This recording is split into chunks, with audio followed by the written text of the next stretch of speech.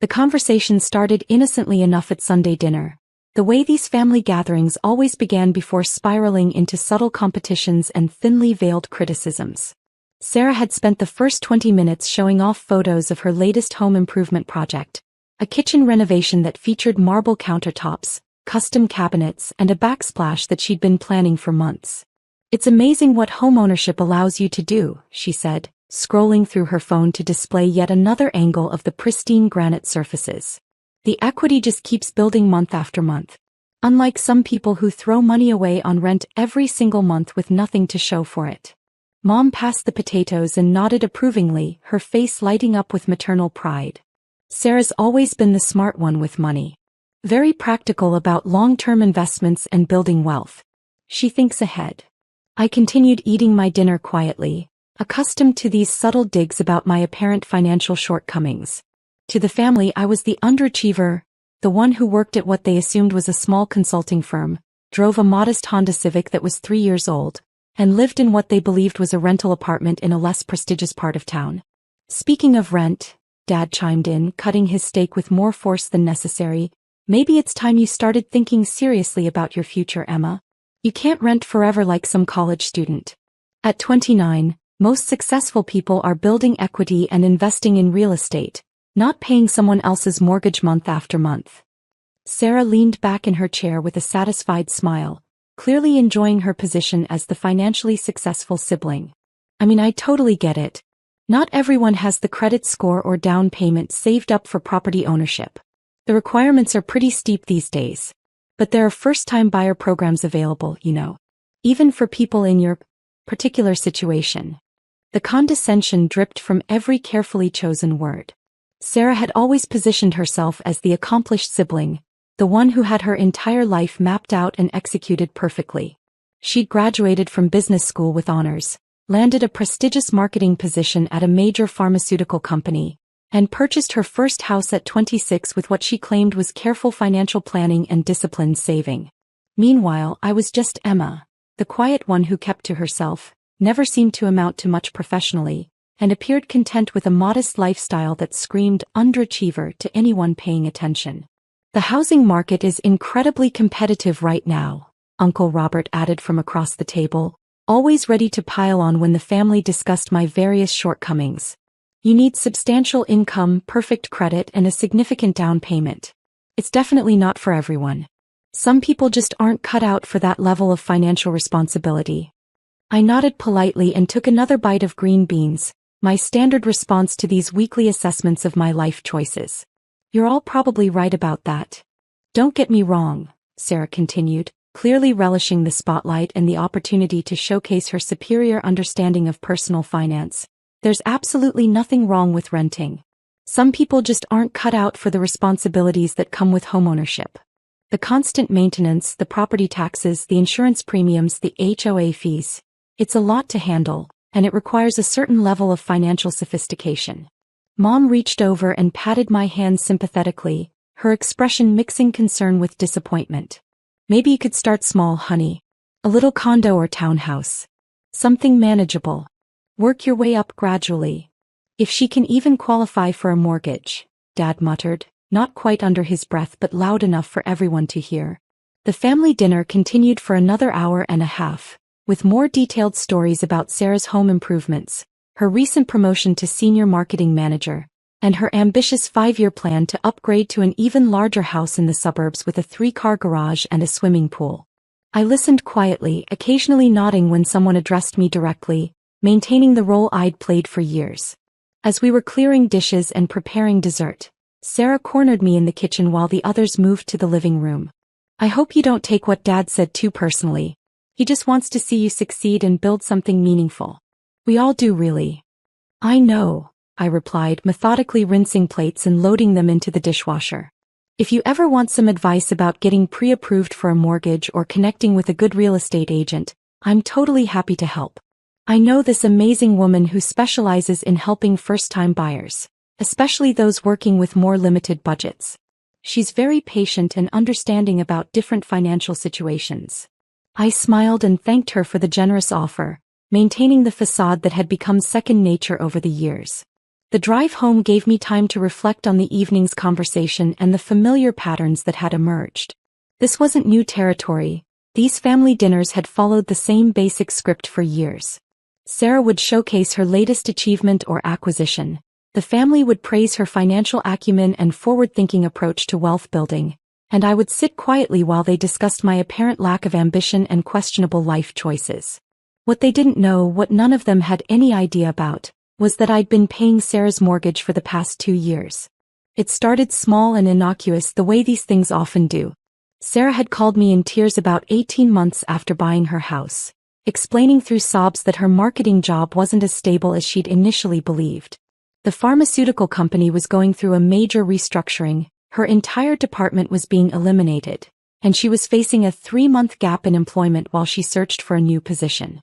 "I don't know what I'm going to do, Emma," she'd sobbed over the phone, her voice breaking with desperation. "The mortgage payment is $3,200 every month and I've only got enough in savings to cover maybe 6 weeks, maybe 8 if I really stretch it. I can't lose this house. Not after everything I went through to get it, all the sacrifice and planning." She'd begged me not to tell the family about her situation. Her carefully constructed image as the successful sister was everything to her, the foundation of her identity within our family dynamic. The thought of dad or mom knowing she couldn't afford her mortgage payments was absolutely unbearable to her. So I helped, initially viewing it as a temporary solution to a short-term crisis. I set up a monthly automatic transfer from my business account to hers, covering her $3,200 mortgage payment while she focused on finding new employment. It was supposed to be a brief arrangement, just until she got back on her feet and could resume normal payments. But then she found a new job that paid significantly less than her previous position. The marketing role at a smaller biotechnology company offered better long-term stability and growth potential, but it came with a substantial $30,000 annual pay cut that made her mortgage payments completely unmanageable on her new salary. She kept the house by continuing to accept my monthly payments, which she now framed as a temporary loan that she'd definitely pay back once her financial situation improved, and she either got promoted or found a higher-paying position elsewhere. That was over a year ago, and the payments had continued every month without interruption. The irony of the situation wasn't lost on me. While Sarah delivered lectures about building equity and the long-term benefits of homeownership, I was literally financing her version of the American dream. Every month, I transferred $3,200 to keep her afloat financially, while she basked in the family's admiration for her supposed financial success and planning capabilities. The consulting firm I supposedly worked for was actually a cover for my real business, a property management company that I'd built from the ground up over the past 5 years. I owned 17 rental properties scattered across the city, generating enough passive income that I could afford to subsidize my sister's lifestyle without significantly affecting my own financial stability or long-term investment plans. But explaining that reality would require revealing the entire web of lies and assumptions that had become the foundation of our family dynamic. Sarah couldn't admit she was struggling financially without destroying her carefully maintained image, and I'd grown tired of trying to prove myself to people who'd already decided I was the family disappointment. Monday morning brought my usual routine of reviewing rental income reports and maintenance schedules. I checked the overnight email from my property manager, Janet, who handled most of the day-to-day operations while I focused on acquisitions and strategic planning. My 17 properties were performing well, with occupancy rates above 95% and rental income continuing to increase with market rates. The Riverside property is getting multiple applications from qualified tenants, Janet reported during our weekly call. 3 different candidates, all offering above the listed rent. We could probably get $2,800 instead of the advertised $2,600, maybe even $2,900 if we're selective. I approved the increase and moved on to reviewing expense reports for recent renovations on a duplex downtown. Business was thriving, better than thriving actually. The strong real estate market meant my properties were appreciating in value while generating steady rental income that I reinvested in additional acquisitions. My phone buzzed with a text message from Sarah. "Thanks again for dinner last night. Mom absolutely loved seeing the whole family together like that. By the way, I'm super excited about the new backsplash. Already thinking about redoing the master bathroom next. You know how home improvement projects go, there's always something else to update. Smiling face with smiling eyes.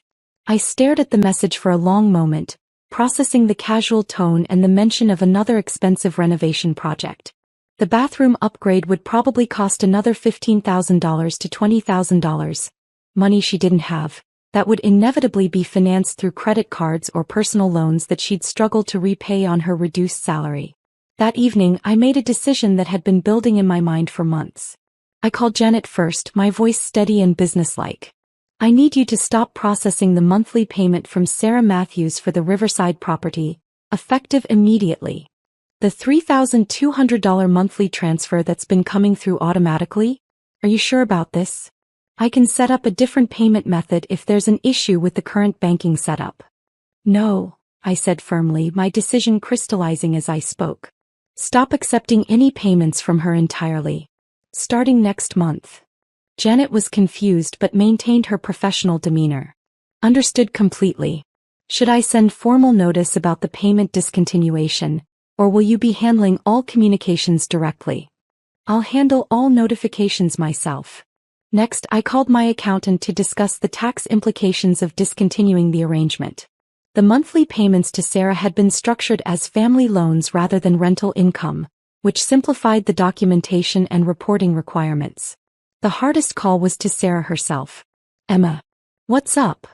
She answered cheerfully, her voice bright with the confidence of someone who believed her financial support was guaranteed indefinitely. We need to talk about the monthly mortgage payments, I said without any preamble or small talk. Her voice immediately became cautious and uncertain. What about them? Is there some kind of problem with the transfer system? They're stopping. Next month will be the last payment. Silence stretched for nearly 30 seconds, broken only by the sound of Sarah's breathing becoming more rapid and shallow. What do you mean stopping? Emma, I can't afford the full mortgage payment on my own. My current salary isn't nearly enough to cover it plus all the other monthly expenses. I thought we had an understanding, an arrangement that worked for both of us. We did have an arrangement. For 24 months. But I can't continue subsidizing your lifestyle indefinitely. But I'm finally starting to get ahead financially, she protested, her voice rising with desperation. The bathroom renovation will add significant value to the house. It's a smart investment that will pay for itself. And I'm really hoping for a promotion next year that could bump my salary back up to where it was before, maybe even higher. I listened patiently as she explained why this particular moment wasn't good timing, how she just needed a few more months to get everything properly sorted out and stabilized. The same explanations and promises I'd been hearing for 24 consecutive months. Sarah, I can't keep subsidizing your mortgage while you lecture me about financial responsibility and the importance of building equity. What are you talking about? I never lecture you about money or anything like that. Last night at dinner, you spent over an hour explaining why I should buy property and build equity instead of throwing money away on rent every month. Another long pause as the implications sank in. That's completely different though. I was just trying to be supportive and helpful. Give you some friendly advice based on my own experience. Advice about homeownership and building wealth, while I pay your mortgage every month. Her voice became smaller and more defensive. You know I appreciate everything you've done for me. I can't lose this house, Emma. It would absolutely destroy me professionally and personally. And if the family found out that I've been struggling financially, that I couldn't actually afford this place on my own. That's not my problem to solve anymore. The conversation ended badly, with Sarah crying and making increasingly desperate promises about revised repayment schedules and more realistic timelines for financial independence. I felt guilty about her distress but also relieved that the charade was finally ending. The pretense had gone on far too long. 3 days later, Sarah called an emergency family meeting. I need to tell everyone something really important, she announced when we gathered at Mom and Dad's house Thursday evening. Her eyes were red-rimmed from crying, and she looked like she hadn't slept much over the past few days. What's wrong, sweetheart? Mom asked immediately, her maternal instincts activated by Sarah's obvious distress. Sarah took a shaky breath and looked around the room at all of us. I've been having some serious financial difficulties. More significant than I've let on to anyone. The truth is, I can't afford my mortgage payments on my current salary, and I've been getting financial help to keep the house. Dad leaned forward in his chair, his expression shifting from concern to confusion. What kind of help? A second mortgage? A personal loan from the bank? Emma has been paying my entire mortgage for the past 2 years. The room went completely silent, as if all the air had been suddenly sucked out of the space. Uncle Robert was the first to find his voice. Emma? Emma? The one who? I nodded calmly, meeting his incredulous stare. The monthly payments were $3,200. I've been covering her complete housing costs since she lost her first job after buying the house. But you don't even. Dad started, then stopped himself as he realized what he was about to say. Own property? Have a successful career? Make enough money to help anyone else? I filled in the blanks he was struggling with. Right. Mom looked completely bewildered, as if the fundamental assumptions about our family had suddenly been turned upside down. How could you possibly afford to pay Sarah's mortgage? Your job at that little consulting firm? My consulting firm manages $12 million in residential real estate assets. I personally own 17 rental properties throughout the city. Sarah's mortgage payment represents approximately 8% of my monthly rental income. The revelation hit the room like an explosion. Sarah was crying quietly, embarrassed by the public exposure of her financial dependence. Dad's face had gone through several distinct color changes as he processed the information that completely contradicted everything he thought he knew about my financial situation. 17 properties? Uncle Robert repeated weakly, as if saying the words might make them make more sense. Started with a duplex 5 years ago. Used the rental income to qualify for investor loans on additional properties. Pretty standard wealth-building strategy in real estate investment. Janet had prepared a portfolio summary for exactly these kinds of situations. A single page showing property locations, acquisition dates, current market values, and monthly rental income. I pulled it from my purse and placed it on the coffee table where everyone could see it. Dad picked up the document with visibly shaking hands. This says your properties are worth over $4.2 million in total. Current market assessment. I confirmed matter-of-factly. Though property values have been rising pretty consistently over the past 18 months, so that number is probably conservative. Sarah wiped her eyes with a tissue, her embarrassment now mixed with something that looked like resentment. I never meant for it to go on this long. I kept thinking I'd get a better job or a significant promotion, or something that would let me pay Emma back and handle the mortgage payments myself. Why didn't you tell us Emma was helping you financially? Mom asked, her voice barely above a whisper. Because you all think she's the family failure, Sarah snapped, her embarrassment suddenly turning to defensive anger. Every single family dinner is about how successful I am and how Emma needs to get her life together and start making better choices. How was I supposed to explain that the successful sister needed financial support from the unsuccessful one? The room fell quiet again as everyone absorbed the full implications of what had been revealed. So when you've been giving me advice about building equity and buying property? I said to Sarah, letting the sentence hang in the air. I know exactly how it sounds, she said miserably. I wanted to keep up the image, you know? I worked so incredibly hard to buy that house, and when I couldn't afford it anymore, I couldn't bear to admit failure to everyone. Dad cleared his throat awkwardly. Emma, I owe you a serious apology. We all do. We've been completely wrong about your situation for years. Wrong about a lot of things, I agreed, my voice remaining calm and measured. But why didn't you ever say anything? Mom asked, her confusion genuine. All these years of us thinking you were struggling financially, making assumptions about your career? Because it didn't matter what any of you thought about my success. I didn't need your approval or recognition to build a profitable business. But I did get tired of funding Sarah's lifestyle while she lectured me about financial responsibility. Uncle Robert was still staring at the property portfolio document. You've been carrying all of this financial success quietly for years while you what? Made assumptions? Offered unsolicited advice? Treated me like the family disappointment. I shrugged. Real estate investment isn't particularly dramatic or exciting. You buy properties, maintain them properly, collect rent, and reinvest the profits. It's boring and steady, which doesn't make for exciting dinner conversation. Sarah looked up from her tissues. What happens now? With the house, I mean. That's your problem to solve, I said firmly. You have 30 days to figure out how to cover your mortgage payment without my financial support. I can't afford it on my current salary. You know that's impossible. Then sell the house. Downsize to something you can actually afford on your income. Or find a way to increase your earnings. But I'm not subsidizing your lifestyle anymore. The family meeting ended with a lot of uncomfortable silence and half-hearted apologies that felt more obligatory than genuine. Dad promised to be more supportive and less judgmental in the future, while Mom insisted she'd always believed in my potential, despite all evidence to the contrary.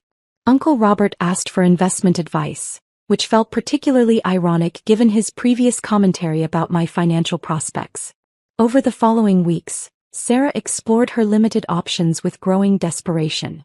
She listed the house for sale and started looking at smaller condos and townhouses that would fit within her actual budget. The elaborate bathroom renovation plans were quietly abandoned, along with several other home improvement projects she'd been planning. The hardest adjustment for her seemed to be accepting the reality of living within her actual means. For 2 full years, my financial support had allowed her to maintain a lifestyle that significantly exceeded her income. Without that safety net, she was forced to make real choices about spending priorities and lifestyle expectations. At the next family dinner, the entire dynamic had shifted dramatically. Instead of Sarah showing off expensive home improvement projects and dispensing financial advice, the conversation focused on her house hunting process and plans for downsizing to a more manageable living situation. Dad asked thoughtful questions about my real estate business operations, while Mom wanted to understand how I'd managed to build such a successful portfolio so quietly. I still can't believe you never said anything about your success, Sarah admitted over dessert, her voice carrying a mixture of admiration and resentment. All those times we made comments about your career prospects or your apartment. I live in a 1-bedroom apartment because I don't need much personal space, I explained patiently. My money goes toward acquiring income-producing assets, not lifestyle inflation or impressing other people. But you could afford a much nicer place, a luxury condo or a house. I could afford a lot of things. That doesn't mean I should buy them just because I can. The conversation that evening was fundamentally different, more honest, less performative, with genuine curiosity replacing the previous pattern of subtle competition and judgment. Sarah was still adjusting to her new financial reality, but she seemed somewhat relieved to drop the exhausting pretense of effortless success. A month later, she found a qualified buyer for her house and purchased a smaller condo that fit comfortably within her actual budget. The equity from the sale paid off her accumulated credit card debt and provided a modest emergency fund for future unexpected expenses. It's actually really nice, she told me when I helped her move into the new place. Smaller obviously, but I don't have to constantly worry about affording the monthly payments. And no more pretending to be something I'm not financially. The family dynamics continued to evolve gradually. Dad started asking for my opinion on financial matters and investment strategies, while Mom seemed genuinely interested in understanding how I'd built my business so successfully. Uncle Robert, perhaps most transformed by the revelation, had become almost deferential in his interactions with me. But the biggest change was in my relationship with Sarah. Without the financial dependence and the constant need to maintain false appearances, we could finally be completely honest with each other about our respective situations. She was working diligently on rebuilding her financial stability and independence, while I was learning to be more open about my successes and long-term goals. The Sunday dinners became more balanced conversations, with everyone contributing their perspectives rather than one person dominating with carefully curated achievement stories. Sarah talked openly about her job search for a position with better compensation, while I shared updates about property acquisitions and market trends. I still feel absolutely terrible about all those years of taking your money while simultaneously criticizing your life choices, Sarah said during one of our private conversations several months later. It taught me something valuable, I replied thoughtfully. Family support shouldn't come with strings attached or expectations, but it also shouldn't enable people to avoid facing reality indefinitely. Looking back, the 2 years of secret financial support had been both manageable from a business perspective and emotionally exhausting on a personal level. I'd gained important insights into the difference between helping someone through a genuine temporary crisis and subsidizing their permanent lifestyle choices that exceeded their actual means. Sarah's house sale closed on a Tuesday afternoon in November. That evening she sent me a text message. First mortgage payment on the condo, paid entirely from my own account. Feels absolutely amazing. Thank you for everything you did and for finally saying no when you needed to. The message felt like closure on a chapter that had defined our relationship for far too long. Sarah was learning to live authentically within her means, while I was learning to set appropriate boundaries that protected both my financial resources and my emotional well-being. The family had adjusted to a completely new understanding of everyone's actual circumstances and capabilities. No more assumptions about success or failure based purely on outward appearances or lifestyle choices. No more lectures about financial responsibility from someone who couldn't afford their own supposedly successful lifestyle. Most importantly, no more monthly transfers to maintain someone else's carefully constructed illusion of prosperity while being treated as the family disappointment who couldn't get her life together. That felt definitely worth celebrating. Buenas. ¿Qué tal estamos? Bueno, yo me acabo de despertar de la siesta. Bueno, despertar, apenas he dormido. He cerrado los ojos un rato. Y necesitaba descansar. Y nada, preparada para la tarde. La verdad que no hay nada de ganas. Buenas, Irene, Ainhoa. ¿Qué tal? Yo estoy que me subo. No estoy, o sea, estoy como mazo de bajón. Un poco decaída y ya cansada de estudiar tanto. No sé. Pero bueno, hay que seguir. Sí, vale oro. Bueno, la verdad que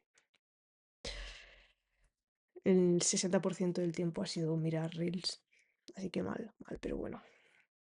Hemos descansado, vamos a decir que hemos descansado. Acabo el 24. Todavía me quedan dos exámenes.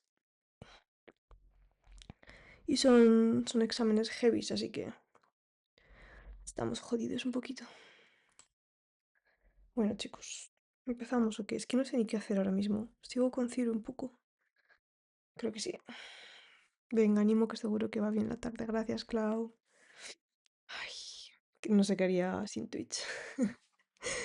Bueno, pues dale. Creo que voy a poner unas cosas, unos temas a resumir en Cloud y me pongo con Ciru, unos temas de Pato y después, o sea, eso, que primero voy a resumir temas de Pato con Cloud y luego ya me pongo con Pato, primero con Ciru.